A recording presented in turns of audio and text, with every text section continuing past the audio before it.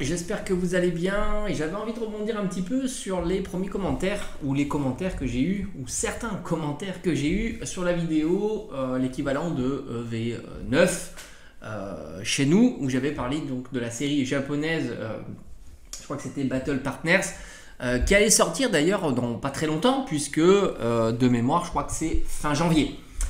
Et c'est vrai que on peut dire c'est du réchauffé, et c'est vrai que je partage cette opinion, en réchauffé 2009, je crois que c'était ça, avec les cartes stamp, avec le dresseur, et puis réchauffé avec les TG, que ce soit les TG, on va dire, non texturés, puis les TG texturés. Mais moi je trouve que c'est plutôt sympa, très bien. Moi je trouve que c'est plutôt bien que certains pensent que cette série sera mise un petit peu de côté. D'autant qu'on va être sur une année 2025 qui, à mon avis, et je partage évidemment l'opinion, qui va être une année vraiment top d'un point de vue collection, CD, ouverture et les séries qui vont sortir. Alors déjà, on aura 8.5 qui commence à être complètement hallucinante, cette série. Même si on peut être déçu sur le taux de drop, mais attention, faut être très prudent. La série vient, elle est même pas sortie, mais vient de sortir en ouverture sur les réseaux sociaux, on va dire, et c'est compliqué d'être sûr que le taux de drop est catastrophique. Mais disons qu'on peut quasiment être certain que le taux de drop ne sera pas exceptionnel sur les SAR. Après, j'ai envie d'avoir des infos sur Master Ball, Pokéball, mais peu importe, 2025 sera riche. Déjà, avec cette série-là, on sait pertinemment que le CD fonctionnera, mais de folie. Parce qu'on le voit, il y a une tension hallucinante sur le CD. C'est assez fou d'ailleurs, je suis moi-même très surpris. On n'avait même pas vu ça sur 151. Et on se demande même si on avait vu ça pour 25 ans. On va voir, on va être prudent, on va voir un petit peu ce qui se passe en Day One. Et là, on sera fixé, évidemment. Et puis, beaucoup attendent aussi Team Rocket. Donc là aussi, il peut y avoir de l'euphorie. Puis on ne sait pas, il peut y avoir d'autres séries. Et par conséquent, V9 est coincé entre ces deux séries. Et beaucoup pensent que ça va être un flop parce que déjà réchauffé, carte stamp plus carte TG, type TG, type TG alt, enfin TG texturé, parce que certains ne les considèrent pas comme des alts. Et j'ai envie de te dire, c'est pas impossible, bien que, attention, il suffit que 2-3 cartes et ça change complètement la donne. On l'a vu, c'est pas sûr là-dessus. On a que quelques cartes qui ont fuité. Moi, je les trouve très sympathiques. Le fait que certains Pokémon soient mis en grand comme ça me dérange pas. Le Zeraora VMAX de Zénith Suprême, je la trouve exceptionnelle cette carte. C'est une des plus belles que j'ai vues et une des plus belles de Zénith Suprême. Et pourtant, elle est prise de très très près. Mais voilà, donc moi, ça me dérange pas. Et l'idée d'avoir des dresseurs avec des Pokémon, que ce soit sur les AR et les SAR, ça ne me dérange pas non plus, même si on a un set complet comme ça, je trouve ça plutôt sympa. Et d'ailleurs, ce qui me plaît aussi, qu'il n'y avait pas sur épée et bouclier, c'est d'avoir sur des cartes communes, peu communes, petites ultra rares, holo, que sais-je, des stamps avec les dresseurs. Ça, moi j'aime bien en tous les cas avoir ce truc, cette nouveauté.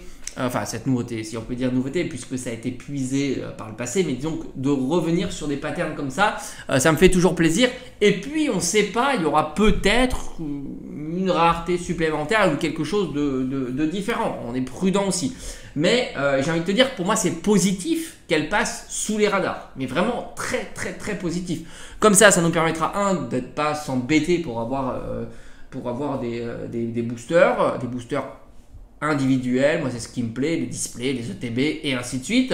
Donc on sera plutôt tranquille et moi je préfère, d'ailleurs on va certainement être dans une période compliquée avec 8.5. 8.5 va s'étaler dans le temps, d'autant qu'il ne faut pas oublier, il faut qu'on est dans le coin de la tête. Mars, il me semble, c'est 151 le coffret avec plein de boosters. Donc là aussi, on sait pertinemment que ce coffret-là sera pris d'assaut, c'est évident. Moi à mon avis, j'en verrai pas la couleur, mais ça c'est comme ça, ça va être très compliqué.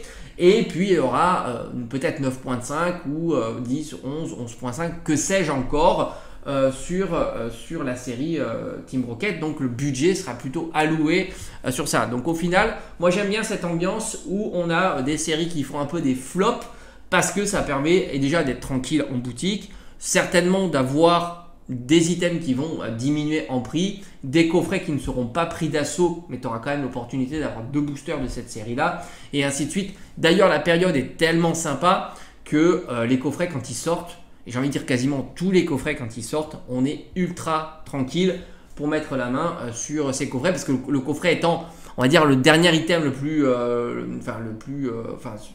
comment dire, qui prend le plus de valeur, les derniers items à prendre de la valeur dans le temps. Donc par conséquent, quel que soit, j'ai envie de dire, les boosters, parce qu'on se plaignait beaucoup, beaucoup se plaignaient de ne pas avoir du étincelle déferlante, alors que c'était pas vrai. Tu avais l'Ursa King Lune Vermeille qui proposait 2 boosters d'étincelles déferlantes, mais quand on se plaignait de ne pas avoir d'étincelles déferlantes, c'est d'abord full étincelles déferlantes, et puis même certains voulaient collectionner le scellé en n'ayant que du étincelles déferlantes, à tel point que même le coffret Ursa King, on le voyait encore en cagnotage avec le 2+1 gratuit par exemple, ou le 50% à Leclerc, et ainsi de suite.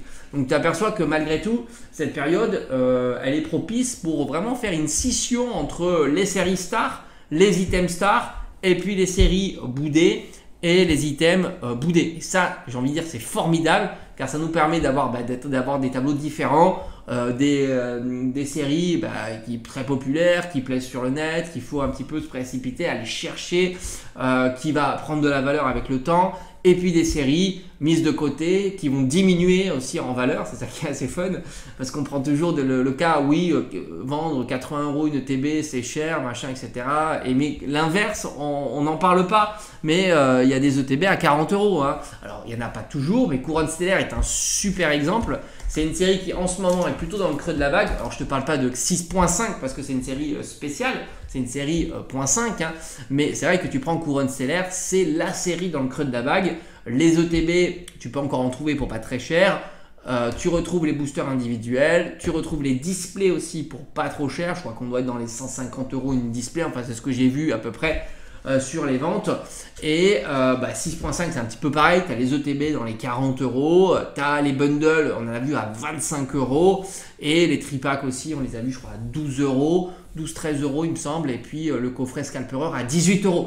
Donc ça aussi c'est plutôt cool, et j'aime bien un petit peu ce décalage, et j'ai vraiment envie que ce pattern comme ça se produise dans le temps, tu vois, dure dans le temps. Moi j'aime beaucoup cette idée d'avoir tu vois, comme ça, des séries très hype, des séries pas, et puis comme ça on a vraiment le choix de pouvoir, pour des budgets différents, se faire plaisir dans le temps, et ainsi de suite. Moi j'aime bien cette ambiance, en tous les cas, je trouve qu'elle est très très sympa. C'est pas ce qu'on avait en 2021 justement, où on avait toutes les séries qui avaient été poussées à la hausse, les cartes étaient poussées à la hausse, tout était poussé à la hausse, le grading, les cartes, le scellé, et toutes les séries. Alors que là, non, c'est pas du tout le cas. Même sur des séries tendance, les cartes sont pas si exigées que ça. Et du coup, on verra, hein, sur EV8, même si EV8 c'est un petit peu spécial parce qu'on a quand même le Pikachu qui est quand même carte emblématique. On a aussi le Latias, Pokémon devenu emblématique grâce à Duochoc. Ça reste en mémoire, ça. Donc c'est des cartes un petit peu particulières. Mais toutes les autres, on va regarder comment, avec le temps, tout ça évolue. Mais on sait qu'en règle générale, avec le temps, tu fais plutôt des bonnes affaires, hein. C'est ce qui rend la chose complexe. C'est un peu de la déflation. Les cartes sont en déflation, et on sait très bien que la déflation, qu'est-ce qui se passe? Tu consommes plus de cartes parce que tu dis, si j'attends, je ferai de meilleures affaires. Et si j'attends, je fais de meilleures affaires. Donc forcément, t'attends. Alors qu'au contraire, le scellé, hormis justement, et c'est ça que j'aime bien cette période-là, mais le scellé, c'est l'inverse. Si tu attends, tu vas faire des mauvaises affaires. Donc il faut mieux y aller en day one. Je dis plus trop maintenant parce que justement, on a des scellés qui divergent, et c'est ça qui est intéressant. Mais à une époque, c'était un petit peu comme ça. Fallait y aller tout de suite parce que tu savais que tu allais payer ton scellé plus cher. Et c'est un petit peu ça qui est intéressant, et c'est ça que j'aime bien. Tu sais qu'il y a des séries qui ça ne sera pas le cas, 151, V8, on le savait, hein, V8, tout le monde était d'accord pour dire que V8, ça prendra de la valeur tout de suite. 8.5, ok, on y va.